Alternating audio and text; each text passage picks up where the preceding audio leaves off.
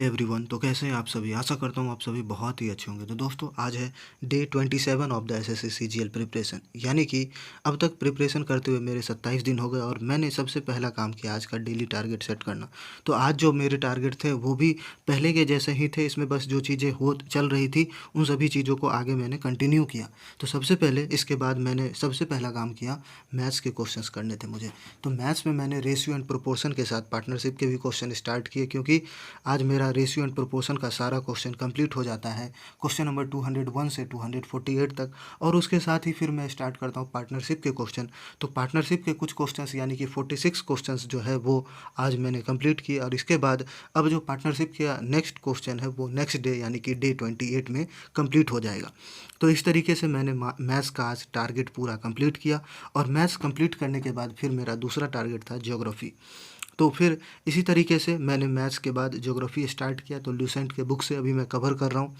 तो कुछ chapters Indian geography के कंप्लीट हो चुके हैं। और आज जो है मैंने स्टार्ट किया नेचुरल वेजिटेशन यानी कि प्राकृतिक वनस्पति। तो ल्यूसेंट के बुक से मैं पहले थ्योरी पार्ट कवर करता हूँ, उसके बाद कुछ क्वेश्चन प्रैक्टिस करता हूँ जो कि प्रीवियस ईयर चैप्टर टेस्ट जो आपके टेक्स्ट बुक में गिवन है उसी से मैं अभी कंप्लीट कर रहा हूँ। इसके बाद फिर मैंने स्टार्ट किया ज्योग्राफी का एनर्जी एंड रिसोर्सेज वाला एक टॉपिक। तो उसके बाद फिर मैंने टोटल 21 क्वेश्चंस जो है वो अटैम्प्ट करता हूँ। और इसमें कुछ क्वेश्चंस ऐसे हैं, बहुत सारे क्वेश्चंस जो गलत भी हो जाते हैं और कुछ ऐसे भी हैं जो सही होते हैं। तो मेरा काम होता है इन सभी क्वेश्चंस को, चाहे वो सही हो या गलत हो, उसके अंदर जो एक्सप्लेनेशन गिवन है इन सभी टॉपिक को, इन पूरे पार्ट को अच्छे तरीके से समझना, उसे याद भी करना, वहाँ रट्टा भी मारना पड़ता है कुछ पार्ट में, और जो बचा हुआ पार्ट है उसे समझना। तो ये पार्ट मेरा बहुत इंपॉर्टेंट हो जाता है, क्योंकि ये सभी जो है वो प्रीवियस ईयर क्वेश्चंस हैं और प्रीवियस ईयर क्वेश्चंस का बहुत ज़्यादा रोल हो जाता है। तो इस तरीके से मैंने ज्योग्राफी का एक दिया। उसके बाद फिर मेरा स्टार्ट होता है आर्ट एंड कल्चर। तो आर्ट एंड कल्चर में आधा यानी कि 28 पेजेस में 20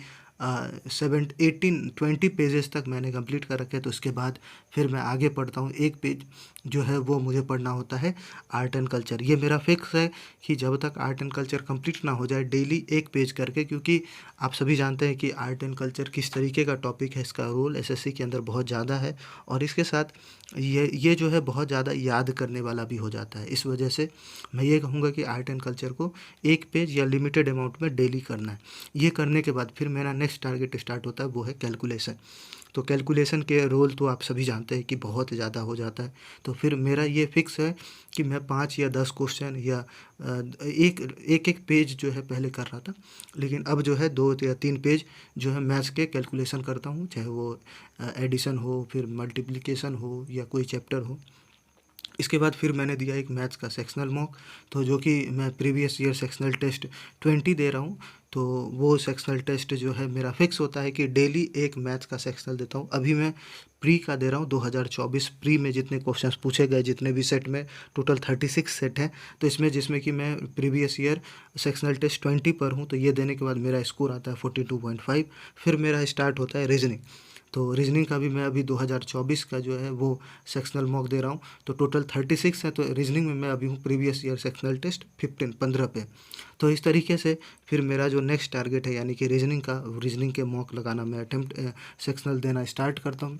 अभी जैसे जैसे प्री का सेक्शनल ख़त्म हो जाएगा तो फिर मैं स्टार्ट करूँगा सीजीएल के बाद सीएचएसएल और सीपीओ का। इन सभी कंप्लीट करने के बाद फिर मेरा टारगेट होगा जो 2 है यानी कि मेंस के लिए, उसके सेक्शनल मॉक लगाऊंगा। तो इसमें मेरे मार्क्स आते हैं 47.5। इसमें भी एक गलत हो जाता है। फिर मेरा स्टार्ट होता है इंग्लिश में वोकैब जो है वो, इसका रोल बहुत ज़्यादा है। आज मैंने ग्रामर नहीं की, तो वोकैब जो है वो 1150 तक इससे पहले कंप्लीट था। तो आज मैंने 1150 से 1200 तक कंप्लीट किया वोकैब में सारे ईडियम एंटोसेनो सभी।